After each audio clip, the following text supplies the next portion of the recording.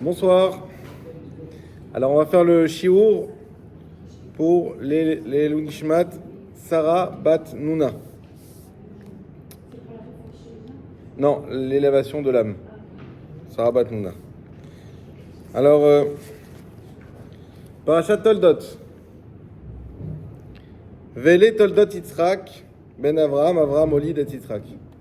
Voici les générations qui vont suivre après Yitzhak, fils d'Avraham. Avraham a engendré Yitzhak. Alors les Chachamim se posent la question, pourquoi nous répéter que Avraham a engendré Yitzhak? On a bien compris que Yitzhak c'est le fils d'Avraham. Parce qu'il y avait du Lashon Hara. On est sur les lois de Lashon Hara. Il y avait du Lashon Hara. Comme vous savez, juste avant que Sarah tombe enceinte, il y a eu l'histoire avec Avimelech, il y a deux semaines. Qu'est-ce qui s'est passé? Comme il y avait eu en Égypte au tout début, dans l'Ech Lecha, Sarah elle arrive avec Abraham et dans le royaume d'Avimelech. Abraham lui dit que t'es ma sœur, parce que sinon on va me tuer à cause de toi. Même histoire. Ils arrivent, Avimelech il voit Sarah, effectivement, magnifique, 90 ans. Voilà, on voit que Sarah elle était aussi belle à 90 ans que quand elle était jeune. Et à ce moment-là, il veut se marier avec elle, donc il l'invite. Elle va au palais, elle passe la nuit au palais, et pendant la nuit, Avimelech, il fait des cauchemars. Dieu vient le voir, attention, je te préviens. Il lui dit, mais je savais pas, moi, qu'elle était mariée. Il dit, c'est pour ça que je te préviens, sinon tu serais déjà mort. Ah, ok. Et effectivement, donc, elle retourne chez Abraham, Avimelech, il dit, il fallait me dire, etc. Et juste après, Sarah, elle tombe enceinte. Alors, qu'est-ce qu'ils ont dit les gens? Ça fait 10 ans qu'elle est avec Abraham, elle tombe pas enceinte. Elle passe une soirée chez Avimelech, elle tombe enceinte. Donc le papa, c'est Avimelech, c'est pas Abraham. Alors le pasuk nous précise, Abraham, Olid et Yitzhak. Les Chachamim nous disent que Yitzhak, c'était le portrait robot craché de Abraham. Donc on n'avait aucun doute qu'Abraham c'est son père. Pour ça, Hachem il a fait ce miracle-là pour fermer les bouches de ceux qui parlent un peu trop et qui voulaient dire que Yitzhak, aujourd'hui c'est la nouvelle mode de changer les généalogies, de dire que le peuple juif qui est ici en réalité c'est pas le peuple juif d'époque, etc. Non, Abraham, Olid et Yitzhak. Yitzhak c'est le fils d'Abraham, point à la ligne. Alors, la question, le mot Olid, Toldot, pardon, il manque le Vav. Le Vav c'est le signe du pluriel. Et les Chachamim nous disent la chose suivante. Qui vont être les enfants de Yitzhak? Yaakov et Esav. De qui on a parlé juste avant d'arriver au début de cette paracha? On a parlé des enfants d'Ishmaël. On a voulu séparer Yaakov de Ishmaël et de Esav. Donc quand on dit Toldot ici, on parle en réalité que de Esav. On a parlé d'Ishmaël, on parle d'Esav, et ensuite il y aura toutes les parachutes qui parlent de Yaakov. On a voulu bien séparer les choses. Et la question qu'on va se poser ce soir, et c'est ce qu'on va développer principalement, c'est de savoir si finalement Esav, il était si mauvais que ça. Vous allez comprendre tout de suite pourquoi. Mais avant, on va arriver gentiment, avant la naissance de Esav. Qu'est-ce qui se passe? Vaïten Avraham et kol asher lo leYitzhak. Alors on sait que, ce qu'on a dit la semaine dernière, c'est que Avraham a donné tout ce qu'il avait à Yitzhak. Pourtant, il avait plusieurs enfants, Ishmaël, et aussi d'autres enfants, on ne sait pas combien. La Torah dit qu'elle en a eu plusieurs, avec Ketura. Ketura qui était en fait Agar, avec qui il s'est remarié après le décès de Sarah. Maintenant, à eux, il leur a donné, la Torah dit des cadeaux. C'est pas vraiment un héritage, c'est des cadeaux. Rashi nous dit, il leur a appris les forces occultes que lui, vous ne voulez pas utiliser. Il leur a donné ça. Et pour Yitzhak, il a gardé tout ce qui est pur, toute la Torah, toutes les mitzvot. Maintenant, il y a quelque chose que Abraham, très étrangement, n'a pas fait avec Yitzhak. Qu'est-ce que Abraham n'a pas fait avec Yitzhak, que tous les patriarches ont fait avec leurs enfants, jusqu'à Moshe Rabbeinu? Est-ce que vous savez? Le bénir. Bravo. Abraham n'a pas béni Yitzhak. Incroyable. Pourtant, juste après, on voit que dans la paracha, l'histoire justement de la bracha que Yitzhak va vouloir donner d'abord à Esav, et puis toute la supercherie qui va être montée entre Yaakov et Rachel pour que c'est lui qui reçoive les brachot. Et puis ensuite, on verra plus tard Yaakov qui donne ses brachot aux 12 tribus. Et puis les 12 tribus qui vont continuer tout ça jusqu'à Vezot Abracha, jusqu'à la dernière paracha du Sefer Torah. Hein, et là-bas, on a lu quoi? On a lu les brachot que Moshe donne à chaque tribu, à toutes les tribus. Donc, il y a ce minag et cette façon de faire, de donner les brachot de génération en génération. Pourquoi Abraham n'a pas béni Yitzhak? Il lui a donné des richesses, il lui a donné un savoir, il lui a tout donné, mais pas la bracha. Alors, pourquoi il n'a pas béni? Parce qu'il y avait Esav. Parce que Abraham, il a dit, si je donne ce flambeau, si je donne cette bracha à Esav, à Yitzhak, je sais qu'un jour il va vouloir le transmettre à Esav. Et j'ai peur qu'il le transmette à Esav. Donc qu'est-ce qu'il a fait Abraham? Ce qu'il faut faire lorsque on ne sait pas quoi faire, s'abstenir. Il a dit, je vais m'abstenir, je ne vais pas bénir Yitzhak, et le maître des brachot saura qui il doit bénir. Et qu'est-ce qu'a fait Akadosh Baruch Hu dès qu'Abraham est mort? Il a béni Yitzhak. Il a béni pour le consoler, et il l'a béni pour suppléer au manque de bracha que ne lui a pas fait Abraham. Et Hachem a dit, c'est pas grave, moi je sais ce qui va se passer. On bénit Yitzhak. Yitzhak, il mérite une bénédiction. Surtout, il ne faut pas en rien couper le lien dans les Havot. Donc, il fallait absolument que cette bracha, elle passe, avec le risque qu'il pouvait y avoir, dont on va parler par la suite. Mais il fallait absolument que la bracha soit là. Donc, Hachem a béni à la place d'Abraham, a béni Yitzhak. Ensuite, ce qui se passe, c'est que le couple Rivka et Yitzhak, ce si beau couple, le premier shidour qu'on voit dans la Torah de manière assez explicite, il y a un souci. Il n'y a pas d'enfant. Il n'y a pas d'enfant. Alors, le passouk, il est étrange parce qu'il nous dit quoi? Vayetar Yitzhak l'Hachem. Yitzhak, il a Vayetar, c'est il a prié, mais une manière bizarre de dire qu'il a prié. C'est pas Vayitpalel, c'est pas Vayivakesh. C'est une manière différente, on va en parler. Les Nocha Rishto, il a prié pourquoi? Face à sa femme. Pas pour sa femme. Face à sa femme. Qui a Akaraï, parce qu'elle était Akara, stérile. Vayater lo Hachem. Hachem lui a répondu. Vata Rivka Ishto. Et ainsi Rivka, elle a pu tomber enceinte. Beaucoup de questions sur ce pasouk. La première, c'est quoi cette histoire de Vayater? C'est quoi cette forme de prière qu'il a utilisée Yitzhak? Alors il faut savoir qu'Yitzhak, il a mis le paquet. Il a mis le paquet parce qu'il avait une grande crainte. Lui, il était certain d'avoir des enfants. Pourquoi? Parce que Dieu a dit à Abraham, il lui a dit Kibe Yitzhak Ikarele Chazara. Avec Yitzhak, il y aura ton nom pour ta descendance. Mais de quoi a peur Yitzhak? Il ne sait pas si c'est Rivka qui doit avoir des enfants avec lui ou pas. Et lui, il veut être certain que ça soit Rivka. Rivka, c'est la femme idéale, c'est la femme parfaite. Il y a un petit problème chez Rivka, c'est le Yéhous. Son père, c'est Bethuel, c'est pas un homme super. Et son frère, c'est Lavan. Et Lavan, c'est le pire des pires. On dit même qu'il était pire que Paro. D'ailleurs, on l'appelait Lavan, blanc. Hein, quelqu'un qui vous dit t'inquiète pas, tout va bien, c'est là il faut commencer à s'inquiéter. Donc Lavan, il se montrait patte blanche, mais c'était tout l'inverse. Et donc, Rivka, c'est une grande sadéquette. On sait tous les signes qu'on a vus la semaine dernière, qu'elle a pu présenter à Eliezer, qui est venu la chercher. Mais malgré tout, on va voir qu'il y avait un petit manque chez elle, et on va expliquer ça aussi pourquoi. En tout cas, Yitzhak, il avait peur. Et c'est pour ça qu'il a prié les Nochach Ishto face à sa femme, parce qu'il voulait absolument que ce soit sa femme qui soit celle qui sera liée au pacte, au brit qu'il y avait depuis Abraham, qui va passer ensuite par Yitzhak, par Yaakov, et qui va créer le clan Israël. Il fallait que ça soit une ima, que ça soit une mère d'Israël. Maintenant, c'est pas tout.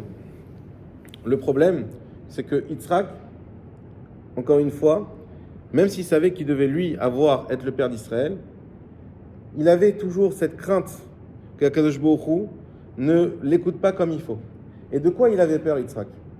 Il avait peur d'avoir un fils qui n'est pas tout à fait tzaddik. Lui, Yitzhak, ce qui comptait, même s'il allait avoir plusieurs enfants, même s'ils n'allaient pas être tous dans le chemin de la Torah, c'est que, ça c'est le Rabbi Mikotz qui explique ça, c'est que lui, il a prié à fond pour être sûr d'avoir au moins un fils parfait, Shalem. Pourquoi? Parce que lui, Yitzhak, il ne voyait pas une histoire familiale, il voyait une histoire mondiale. Il dit, pour faire passer le flambeau après Abraham, mon père, après moi, il faut qu'on ait quelqu'un de top. On ne peut pas avoir juste un homme bien. Il nous faut un tzaddik shalem. Or, Rivka, elle ne priait pas pour ça. Et Rivka, elle, bizarrement, elle priait juste pour ne pas avoir de rachat. Elle, ça ne l'intéressait pas forcément d'avoir comme on dit, un ilouï, c'est-à-dire un génie, un qui sort du lot. Elle voulait juste être sûre de ne pas avoir quelqu'un de mauvais dans sa famille. Et on va voir pourquoi. Qu'est-ce qu'il a fait Yitzhak? Pendant 20 ans, il a prié. On dit ça, on résume ça dans la Torah en une phrase. 20 ans, il a prié pour que sa femme, elle tombe enceinte. Et en réalité, le pasuk nous dit, Vaya terlo, c'est que Yitzhak, lui aussi, il était atteint de stérilité. Mais encore une fois, il savait, lui, que par miracle, ça allait, quoi qu'il arrive, s'arranger. Et où il a été prié? Il a été prié à Yerushalayim, là où il y a le Kotel, au Har Moria. Donc Yitzhak, on voit ici une chose importante. C'est ce que lorsqu'on a une prière à faire, c'est important comment on l'a fait, c'est important où on l'a fait, c'est important quand on l'a fait. Pourtant c'est Yitzhak, pourtant il est sûr d'avoir gain de cause, pourtant tout ce qu'on veut, mais il va mettre toutes les chances de son côté pour que sa prière elle fonctionne et qu'elle passe.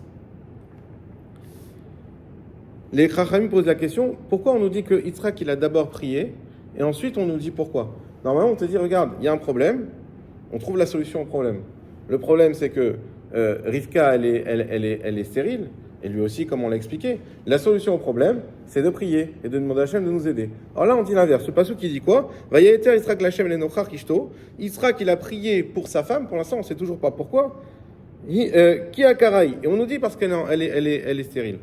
Et là, les Chachamim nous disent quelque chose de magnifique. Il y a deux façons de voir la prière. La première façon, qui est extraordinaire, c'est quoi?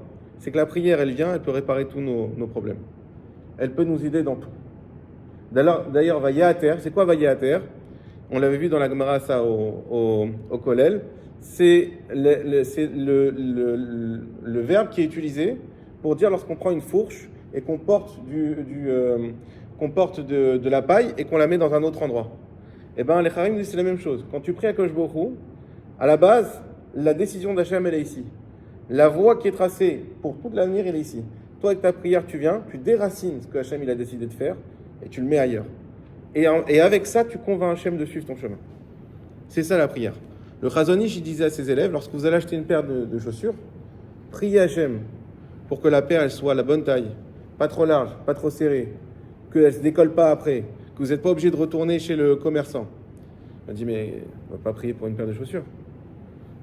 En fait, la prière, c'est un outil extraordinaire.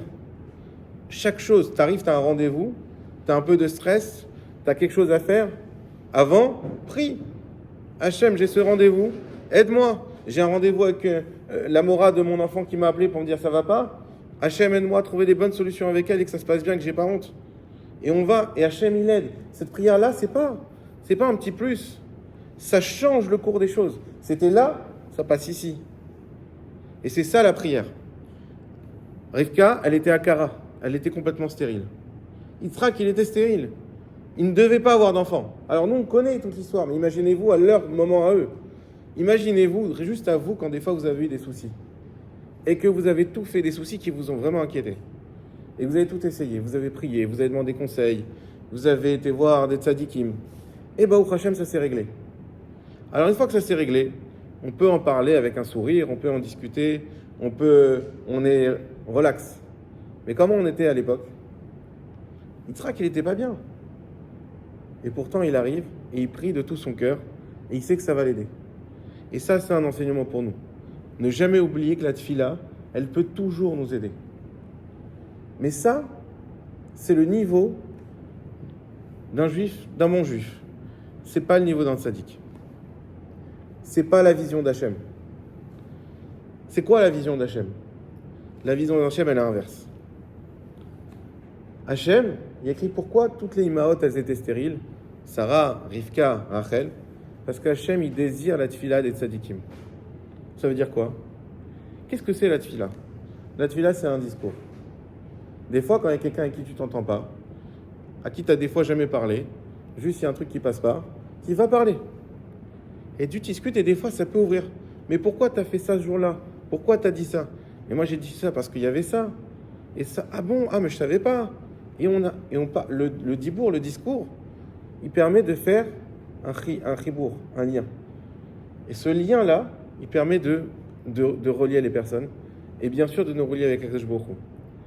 En réalité, pour Hachem, il n'y a pas à cause du problème, on prie. Le but, ce n'est pas d'arranger le problème. Le but, c'est l'inverse, c'est de faire la prière. Le moyen, c'est le problème. Donc, le besoin qu'on a, c'est le moyen qui nous permet d'arriver au but de prier. Et ce qu'Hachem, ce qu'il attend, c'est notre prière. Et ça, c'est ce qui fait le tzaddik. Le tzaddik, quand il prie, c'est pas notre niveau, mais c'est pas grave, on doit le connaître. Le tzaddik, quand il prie, son but, c'est pas d'arranger son problème, c'est pas d'obtenir gain de cause. Comme elle dit la Gemara, les gens qui prient, ils ressemblent, avec notre respect à tous, à des chiens. Pourquoi? Ils disent hav, hav, hav, hav, donne, donne, donne, donne, donne. C'est pas ça le tzaddik. Le tzaddik, s'il prie, c'est un moyen de se connecter avec le Baruch Hu. C'est un moyen d'avoir une relation avec Hachem. Alors, il y a des moyens qui sont donnés. Alors oui, la parnassa, la rifouat. Mais ça, tout ça, les amis, on pense. Mais tout ça, c'est quoi? Ce sont des moyens. Ça, c'est la vision qu'il faut avoir. C'est la vision d'Yitzhak.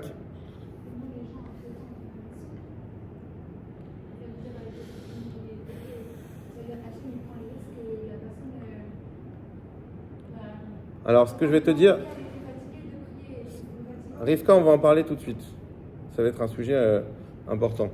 Ce que je vais te dire, je ne suis pas au niveau de le ressentir. Mais il faut le savoir. Si on souffre, c'est parce qu'on n'a pas de croyance, parce qu'on n'a pas d'émotion. Une personne qui sait que son problème va se régler ne souffre pas. La souffrance vient du désespoir. Le désespoir vient du manque de croyance. C'est tout. Donc quand tu vois que tu souffres, et on a tous un manque de émouna, c'est pas un jugement, mais il faut qu'on sache d'où ça vient. Ça vient pas d'Hachem, ça vient de nous. Ça vient de notre intérieur. Et en aucun cas on pourrait dire ça à quelqu'un qui souffre, droit dans les yeux. Mais il faut qu'on le sache, nous, pour nous-mêmes, il faut qu'on le sache.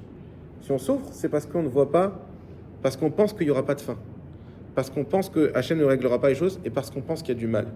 Et tous ces éléments-là sont des manques de foi.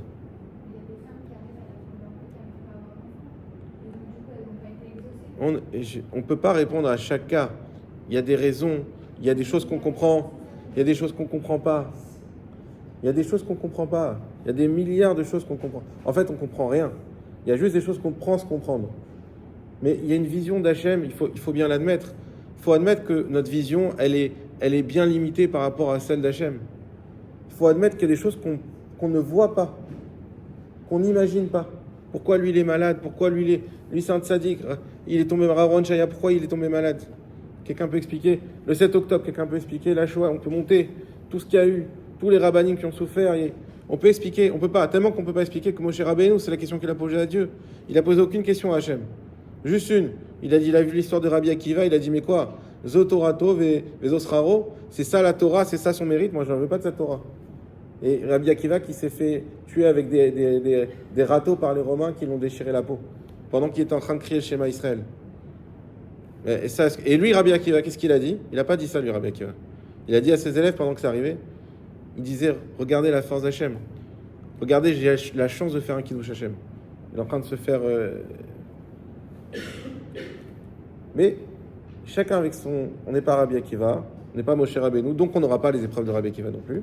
Mais il faut savoir que tout est une question d'émouna. Nos petites épreuves, elles vont tout être réglées par la prière, avec la émouna. Et on va parler tout de suite de la émouna qu'on va mettre dans notre propre prière. Et tu poses là, tu me permets de rebondir. Les Chachamim nous disent quelque chose d'un petit peu dur à entendre. Dur quand on l'approfondit. Quelque chose que vous avez sûrement déjà tous entendu. Ils nous disent que quand il y a écrit que les Nochach Ishto qu'il a pris en face de sa femme, en réalité, Yitzhak est en train de prier et Rivka est en train aussi de prier. Les deux priaient. Qu'est-ce qu'il y a écrit? Vaillé à Terlo. Dieu l'a exaucé à lui. Lo velola. Pas Lola. Lola. Lui et pas elle. Pas elle. Quoi? Rivka, pas elle?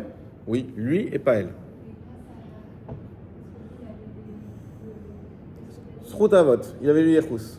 Alors oui, ça c'est la réponse qui est facile, mais qui n'est pas évidente si on va un peu plus loin. Je dis, oui, lui, il avait son mérite, et puis il y a aussi le mérite de son père Abraham, c'est pas n'importe qui. Elle avait son mérite, on va dire identique, très grande tzadékette, et c'est tout. Donc, 1 plus 1, 2, 2 ça gagne contre 1. Bon, c'est un peu simpliste comme vision des choses, surtout que les Chachamim nous disent que là où se tient un Baal Tchouva, personne ne peut se tenir avec lui. Donc Rivka, et surtout que quoi? Qu'il y a un Rashi qui nous dit quoi? Rivka, qu'est-ce qu'on dit au tout début? C'était juste avant. On dit Vaï Yitzhak ben Arbaim Shana. Yitzhak, il avait 40 ans. Bekarto et Rivka, lorsqu'il s'est marié avec Rivka. Bat Betuel, la fille de Betuel, à Arami l'araméen. Mi Padan Aram, qui lui-même habitait à Padan Aram. Achot Lavan, Arami, la sœur de Lavan à Arami. Et tout le monde dit, mais attends, on a déjà donné son ascendance avant. Pourquoi nous, cette lourdeur, la fille de Betuel, la sœur de Lavan, qui habite à Padan Aram, pour te dire, regarde, elle, t'as vu la tzadékette? Sache que, crois pas que son père, c'est un chassid de Gour. Son père, c'est Betuel, un simplet qui comprenait rien à la vie. Lavan, le plus grand des embrouilleurs. Tu vois, celui qui a fait 30 ans de tôle, c'est son frère, Lavan. Et Padan Aram, c'est une ville où il y avait que des escrocs. Donc, tu vois d'où elle vient? La tzadékette, elle vient de là-bas. Imagine son mérite. Imagine son mérite qu'elle a réussi à ne pas être influencée. Donc, on dit clairement, juste avant dans la paracha, que Rivka, justement, elle a cette force. Et aujourd'hui, on voit des enfants, les parents disent, je sais pas. Au contraire, moi, j'ai rien fait pour tout ça. Hein.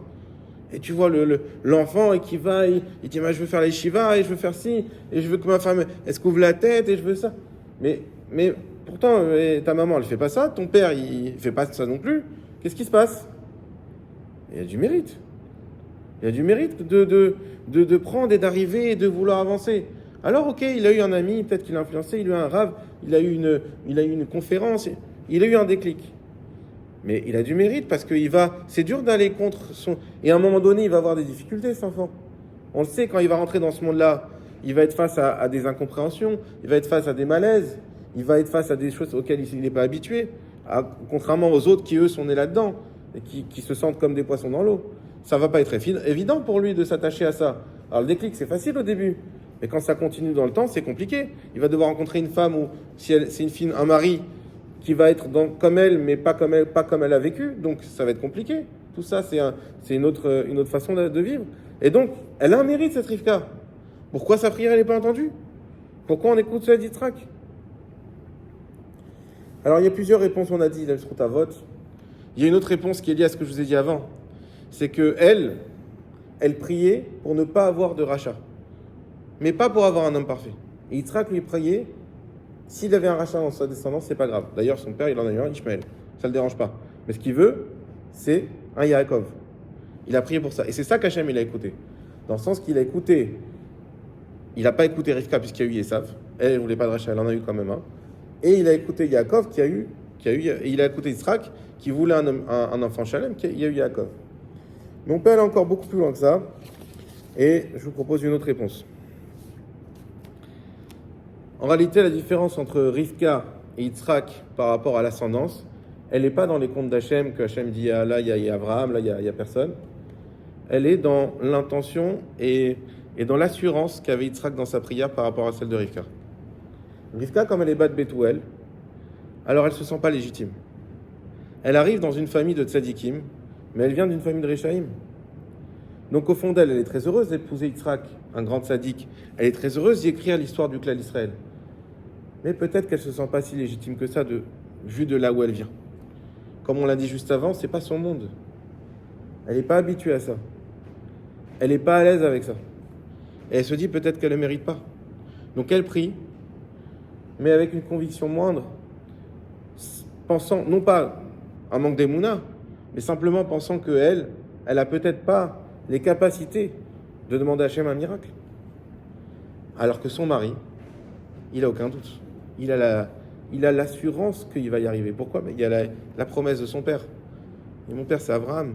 Dieu lui a promis, il lui a pas promis d'avoir un enfant. Il lui a promis une descendance comme les étoiles du ciel et comme le sable de la mer. J'ai aucun doute que je vais... Ok, Hachem, il me met une épreuve de me mettre un barrage sur la route. Mais mon père, il en a eu 10 des épreuves. Il m'a appris. J'ai vu ce que c'est une épreuve. J'ai vu qu'une épreuve, elle se surmonte, elle se surpasse. Et c'est ça l'éducation à donner à nos enfants. Un papa et une maman donnent à l'enfant, c'est pas de dire on est super puissant et on n'a pas d'épreuve et on n'a aucun problème. Oui, ça jusqu'à 5 ans. Mais quand l'enfant il a 10, 11, 12 ans et plus, c'est quoi qu'il doit apprendre de ses parents principalement? C'est oui, la vie des fois c'est pas facile. Oui, il y a des épreuves. Oui, il y a des choses qu'on n'attend pas. Mais regarde comment papa et maman ils vont gérer ça. Comme ça, toi, tu apprendras. Tu resteras pas dans ta tête à croire que tout va aller toujours bien. On te souhaite le meilleur, mais quand il y a un imprévu, voilà comment il faut réagir. On panique pas. On n'a pas peur, on a confiance en Hachem. C'est ça que Yitzhak il avait en plus de Rivka. C'est pas un mérite, c'est une attitude dans cette fille-là. Et d'ailleurs, on retrouve ça dans la demande de Rivka. Qu'est-ce qu'elle dit, Rivka? Elle dit, moi, attention, je veux pas de rachat. Savoir si j'aurai un tzaddik amour, tant mieux si oui, sinon c'est pas grave. Mais surtout pas de rachat. Pourquoi? Parce que si j'ai un rachat, ça veut dire bien preuve que je suis pas la bonne. Ça veut dire que j'ai échoué. Ça veut dire qu'il aurait dû prendre une autre femme. Surtout pas de rachat. Yitzhak lui dit, si un rachat, c'est pas grave, on gère. Si un rachat, c'est Dieu qui décide, c'est pas moi. Moi, je donne la meilleure éducation possible. Ça me sort mal, j'ai fait ce qu'il fallait. Il n'a pas peur de ça. Ce qu'il veut, par contre, Hachem, donne-moi un tzaddik pour pouvoir prendre la lignée. Il m'en faut au moins un. Je ne sais pas combien je vais avoir d'enfants, 2, 12, 15, mais il faut qu'il y ait au moins un qui puisse continuer le chemin que tu as promis à mon père Abraham. C'est ça qui compte. Et Rivka, elle a peur. Et qu'est-ce qu'on va voir juste après? On va vous dire, quand Rivka, on va en reparler, elle va tomber enceinte, elle va voir Yitzhak et Esav et Yaakov. Qu'est-ce qu'elle va dire? Va Yav, Rachel et Yaakov. Rivka. Va Yav, Rivka et Yaakov. Rivka, elle va aimer Yaakov. Pourquoi elle aime Yaakov? Parce que Yaakov, il vient prouver qu'elle est la bonne. Il vient prouver qu'elle est légitime. Il vient prouver qu'elle a sa place. Et donc c'est ça qui a empêché Rivka d'être écoutée jusqu'au bout. Alors pour nous, ce qu'il faut apprendre d'ici, c'est quelque chose qui est fondamental. On a expliqué qu'il fallait prier. On n'a rien appris, on connaît, mais c'est toujours bien de l'entendre. Mais quand on prie, il faut être sûr, non pas de ses mérites, mais sûr de l'écoute d'Hachem. C'est ça le bitachon. C'est quoi le bitachon? On dit il y a bitachon, il y a emuna. Le bitachon, c'est que je suis sûr qu'Hachem, il est en train de m'écouter. Et d'ailleurs, on a une preuve dans la prière qu'Hachem, il nous écoute. Vous savez qu'on n'a pas le droit de faire une bracha levatala. C'est quoi une bracha levatala? Si je dis Baruch ata Hachem, et je dis quelque chose qui sert à rien. Par exemple, Boré Periaet, et je ne mange pas ensuite. J'ai fait une bracha levatala. Si je prends le loulav, je vais faire la bracha. Lishmoa kol shofar, je fais la bracha du shofar sur le loulav. Bracha levatala. Et pourtant, tous les jours, qu'est-ce qu'on dit? Baruch ata Hashem, shomea tefila. On dit béni sois-tu Dieu qui écoute la prière. Si on peut le dire, c'est que c'est vrai. Sinon, c'est une bracha levatala. Et les chachamim l'ont institué dans les 19 brachot qu'on fait à chaque prière 3 fois par jour. Donc on est absolument certain que Dieu écoute. Écoute, ça ne veut pas dire entendre. Ça ne veut pas dire elle passe par là. Écoute, ça veut dire écoute. Lishmoa, ça veut dire écouter. Ça veut dire acquiescer. C'est ça qu'on est en train de dire. Ben non. C'est ça que disent nos chachamim. Si vous voulez, je vous le dis dans les mots. Si je retrouve le Rashi, ce que nous dit Rashi, attendez, je vais vous le lire parce que nit patsar venit payes venit patat lo. Yitzhak, quand il va y à terre, Yitzhak, ça veut dire qu'il a nit payes, ça veut dire amadoué un petit peu. Il a amadoué Hachem.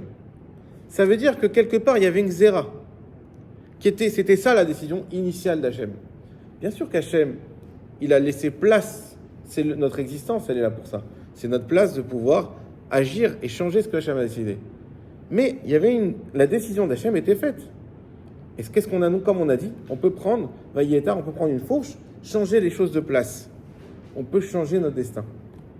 On peut changer ce qui avait été décidé, au point que celui qui répond Amen Yeshem et Rabba, on dit, qui fait avec ferveur le Amen Yeshem et Rabba, qu'on a l'occasion de répondre à chaque Kaddish, s'il le fait une fois avec ferveur, alors il annule 70 ans de mauvais décrets. Donc oui, on peut changer ce que Hachem a décidé. Pourquoi? Parce que lui, il a décidé. Il a décidé qu'on pouvait changer ce qu'il décidait. Évidemment. Ça, c'est Rivka et sa tfila. Et donc, c'est sûr que Rivka, elle avait une tfila incroyable. Et ce qui lui manquait uniquement, peut-être, c'était un peu de conviction, par un petit complexe, peut-être, qui est venu, du fait qu'elle avait, justement, et c'est ça que les Chaim nous disent, que parce qu'elle était Bat Bethuel. Alors, on continue. Et cette pauvre Rivka n'est pas au bout de ses surprises. Donc, on dit, Vaïtrotsetsu Abanim Bekirba. Les enfants se sont disputés à l'intérieur de son ventre. Alors, tout le monde connaît ça. Le Midrash dit, quand elle passait à côté d'une synagogue, alors de Shem et Ever, Yaakov, il poussait, il voulait sortir. Quand elle passait à côté d'un truc idolâtre, alors c'est Esav qui voulait sortir. Donc, on voit que déjà dans la matrice, Yaakov et Esav, ils étaient déjà en guerre. Les Chachamim nous disent plus que ça, ils se battaient les deux mondes. Ils se battaient les deux mondes, jusqu'à qu'ils aient trouvé une trêve. Ils ont dit comme ça. Yaakov a dit, écoute, moi je prends l'Olam Haba, et je te laisse l'Olam Hazé. Je te laisse mon matériel. Et ça, il lui a dit, marché conclu. Et là, on avait une osmose parfaite. Rivka, elle a été voir Shem et Ever d'ailleurs, et ils lui ont dit, oui, il y a, par l'intermédiaire d'Hachem, Shne Banim, comment ils disent, Bekirber. Hein? Bevidner. 81, voilà. Shne Goïm Bevidner ou Shne Lomim Emeaïr. Il y a deux peuples dans tes entrailles et deux peuples aussi de nations, Miméaïr qui sont donc en toi, Iparédou qui vont se séparer. Donc on lui dit tout de suite qu'il y a deux enfants qui sont complètement différents et qui vont finir par s'opposer. Ça la rassure, étrangement. Elle dit, ok, j'ai compris. Parce que qu'est-ce qu'elle a peur, n'oubliez pas, c'est d'avoir un rachat. Ou d'avoir un fou. Parce qu'un côté, il veut aller à la synagogue, de l'autre côté, il veut aller... Donc là, elle est rassurée, elle se dit, bon, il y a deux enfants déjà, donc c'est normal que ça bouge dans deux sens. Qu'est-ce qui se passe ensuite? On a la naissance de Esav et de Yitzhak. Esav, Kulo Keaderet. Esav, il est roux. Il est roux. Et les enfants roux, ça fait peur. Pourquoi? Parce que le roux, c'est un peu la couleur du sang. Et c'est quelque part, on se dit, est-ce que cet enfant-là, il va pas être attiré par des mauvaises choses? Donc Esav, dès la naissance, depuis le ventre de sa mère, et dès la naissance, on voit qu'il était prédestiné à être un grand rachat. Il est même physiquement roux et poilu. Et ensuite, on dit Vaigdelo Neharim. Et dès que les enfants ont grandi, Yodé et Esav, Ishsadé. Esav, c'est l'homme des champs. Et Yaakov, Ishtam Yoshev Ohalim. Yaakov, c'est un homme simple qui aime être dans le Ohel, c'est-à-dire dans la tente, dans le Beth Midrash. Et là, encore une fois, on affirme une chose. Déjà, pourquoi on dit que lorsqu'ils ont grandi, Esav est devenu l'homme des champs et Yaakov l'homme de l'étude? Rashi nous dit très, très simplement parce qu'avant qu'ils atteignent l'âge de 13 ans, les gens n'arrivaient pas à les distinguer. On n'arrivait pas à les distinguer. Non pas qu'ils se ressemblaient, les deux avaient exactement la même voix. Les deux étaient en chemise blanche, pantalon noir, les deux allaient à la synagogue, les deux allaient à Yeshiva. Et pourquoi ça? Déjà, Hachem, il a fait ce miracle pour Avraham Avinu. Parce qu'Avraham Avinu, il fallait que de son vivant, il ne voyait pas Esav devenir un rachat. Donc jusqu'à Avraham Avinu, les deux semblaient. Si vous lisez bien le Rashi, on n'a pas l'habitude de nous le dire, il n'y a pas écrit que Esav c'est un tzaddik. Il y a écrit que les gens ne faisaient pas attention à la vraie nature d'Esav et le voyaient comme Yaakov. Mais en réalité, Esav, depuis le début, c'est le même. C'est juste une apparence qui change. Alors qu'il a 13 ans et qu'il grandit, on voit à ce moment-là l'histoire qu'on connaît. Il arrive fatigué, il dit Yaakov, donne-moi à manger, sinon je vais mourir. Et pourquoi il était fatigué? Il venait de faire la guerre à Nimrod. Nimrod, vous vous rappelez, on en avait parlé au cours de l'Ech Lecha. C'était un roi absolument, très puissant, qui était le roi par excellence, qui était le premier à avoir inscrit une royauté dans le monde. Et donc Nimrod, c'est un sacré morceau. Et Esav, il a réussi à tuer Nimrod. Donc Esav, on voit que c'est un homme vraiment très puissant. Il avait deux choix à ce moment-là. Premier choix, c'est tuer Nimrod, donc annihiler le mal du monde et permettre d'arriver au bien. Deuxième choix, tuer Nimrod et prendre sa place en tant que maître du mal. Il a fait le deuxième choix. Il arrive devant Yaakov et Yaakov lui dit mais attends, je veux bien te donner le plat contre la Bechora. Comment réagit Esav? Ça dit contre la Bechora, mais ça me sert à quoi la Bechora? Je vais mourir si je mange pas maintenant. Ça sert à quoi d'avoir le droit d'aînesse? Ça me sert à rien. Je vais mourir. Donc tiens, prends-le droit d'aînesse. Et la Torah témoigne qu'il a dénigré le droit d'aînesse. Yaakov, à ce moment-là, qu'est-ce qu'il a vu? Il a dit, nous, on avait un pacte, Esav et moi. C'était quoi le pacte? On avait un pacte que lui s'occupe de ce monde-là et moi du monde à venir. Et là, qu'est-ce que tu me dis? Tu me dis, mais ça sert à quoi? Je vais mourir. Donc tu es en train de dénigrer l'existence du monde à venir. Si pour toi, mourir, c'est la fin. Si une fois qu'on est mort, il n'y a plus besoin d'avoir un droit d'aînesse. Et donc Yaakov, depuis ce jour-là, a compris qu'il allait devoir lui aussi s'occuper d'une chose avec laquelle il était très mal à l'aise, c'était ce monde ici. Et on a vu pendant toute sa vie, on le verra, Yaakov, il a eu beaucoup de mal avec le monde. Il a réussi à réussir, au prochain, Dieu lui a donné la bracha, mais il a eu beaucoup d'épreuves là-dessus. Yaakov n'était pas fait pour être un homme de finance, pour être un homme qui va et qui... Non, il avait un pacte avec Esav. D'ailleurs, les Chachamim nous disent une chose, il avait le même pacte qu'on fait plus tard, Issachar et Zevulun. Je ne sais pas si vous connaissez Issachar et Zevulun, ce sont deux tribus. Issachar, c'était celui qui étudiait la Torah, et Zevulun, celui qui travaillait. Zevulun, il avait les ports d'Israël, et donc il faisait du commerce. Et comment ça marchait? Ça marchait très bien. Issachar, il restait toute la journée à étudier, et il partageait son mérite avec Zevulun, et Zevulun, il allait travailler, et il donnait la parnassa, il la partageait avec Issachar. C'était une coexistence, une cohésion, un pacte qui permettait d'avancer très très bien. Et c'est comme ça que devaient avancer Yaakov et Esav. Sauf que Esav, il n'a plus accepté ça. Esav, il avait une place de choix.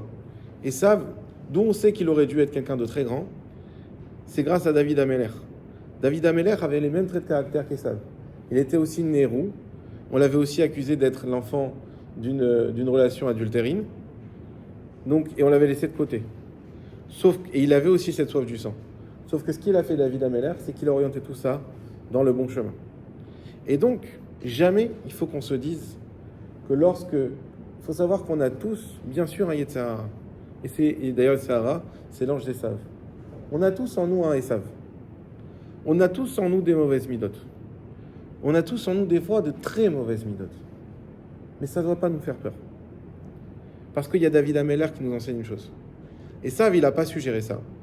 Et David a su gérer ça, il est devenu le roi David. Esav aurait dû devenir le roi Esav. Et Yaakov aurait été la place du Navi, comme on a toujours vu plus tard. Il y a le roi et il y a le prophète. Et Esav, il aurait eu droit au monde à venir grâce à Yaakov. Et Yaakov aurait pu gérer ce monde-ci grâce à Esav. Sauf qu'Esav, il a rejeté tout ça. Esav, il a décidé d'une chose. Il a dit, tu sais quoi? On oublie le monde à venir, il n'existe plus. Il a œuvré toute sa vie pour faire oublier le monde à venir. Et c'est le travail d'Esav encore aujourd'hui. Aujourd'hui, Esav, il vient nous dire, il n'y a pas de monde à venir. Ce qui compte, c'est ici et maintenant.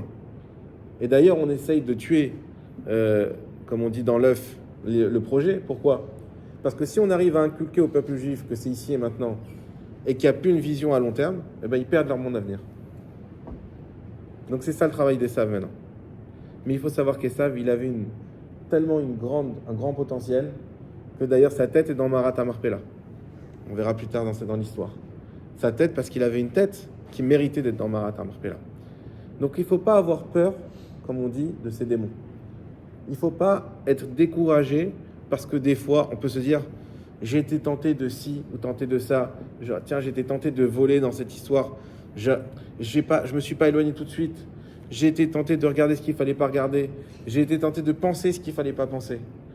On n'est pas en train de dire qu'il faut le faire, mais on est en train d'expliquer que même s'il y a ça en nous, n'ayez pas peur.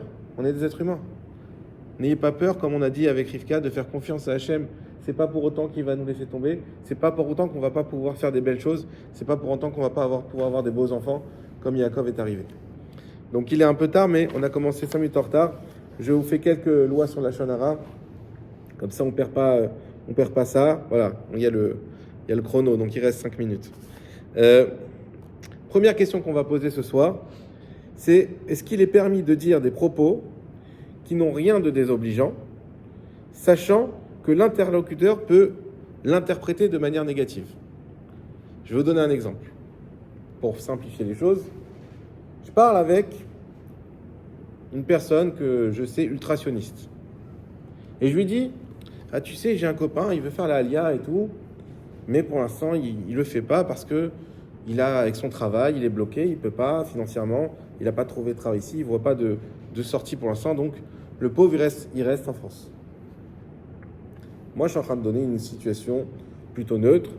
Je dis rien de mal, rien de bien. Je viens pas accuser cette personne. Mais là, je suis en train de parler à un ultrationniste. Et lui, dans sa tête, qu'est-ce qu'il dit? Mais il est où sa Emouna, celui-là? Il n'a pas compris. Il n'a pas compris qu'il ne faut pas rester là-bas. Il n'a pas compris que l'avenir est ici. Mais il préfère venir et devoir venir en courant et tout laisser là-bas. Il attend le dernier moment pour son travail. Il réfléchit comme ça. Voilà ce qui est en train de se passer dans la tête de l'ultrationniste. Maintenant, moi, quand je lui ai dit ça, je n'ai pas fait de la chanara. J'ai parlé un truc normal. Est-ce que c'est assour ou est-ce que c'est mouta?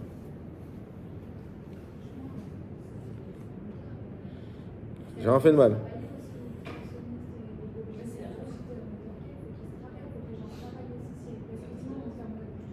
Ah, ça c'est pas mal. On peut plus parler. Elle a dit, sinon on peut plus parler. Donc c'est à l'autre de se travailler. Alors c'est assourd. C'est assourd du moment qu'on le sait, bien entendu. Du moment qu'on le sait. Si il faut réfléchir un instant, on sait à qui on parle, on sait de quoi on parle. Et effectivement, même si nous, à la base, on le dit sans animosité, sans jugement, sans rien du tout, oui, mais on sait à qui on parle. Et effectivement, cette personne risque d'avoir un jugement négatif sur la personne dont on parle. Donc, il faut faire aussi, ça devient dur, hein, le shiur de la Shonara, mais il faut faire aussi attention à ça. Deuxième cas, est-ce que j'ai le droit d'émettre un propos qui, de manière allusionnée, sous-entend une mauvaise chose sur quelqu'un de qui j'ai subi un dommage? Par exemple, il y a un réparateur qui est venu chez moi, il m'a réparé ma machine à laver, et quand je parle avec un, je dis, ah tu sais, ma machine à laver, je l'ai faite réparer, on sait tous les deux qui l'a réparée, et elle est encore en panne. Est-ce que j'ai le droit de dire ça? Je dis pas que c'est un mauvais réparateur, je dis, ah tu sais, elle est encore en panne.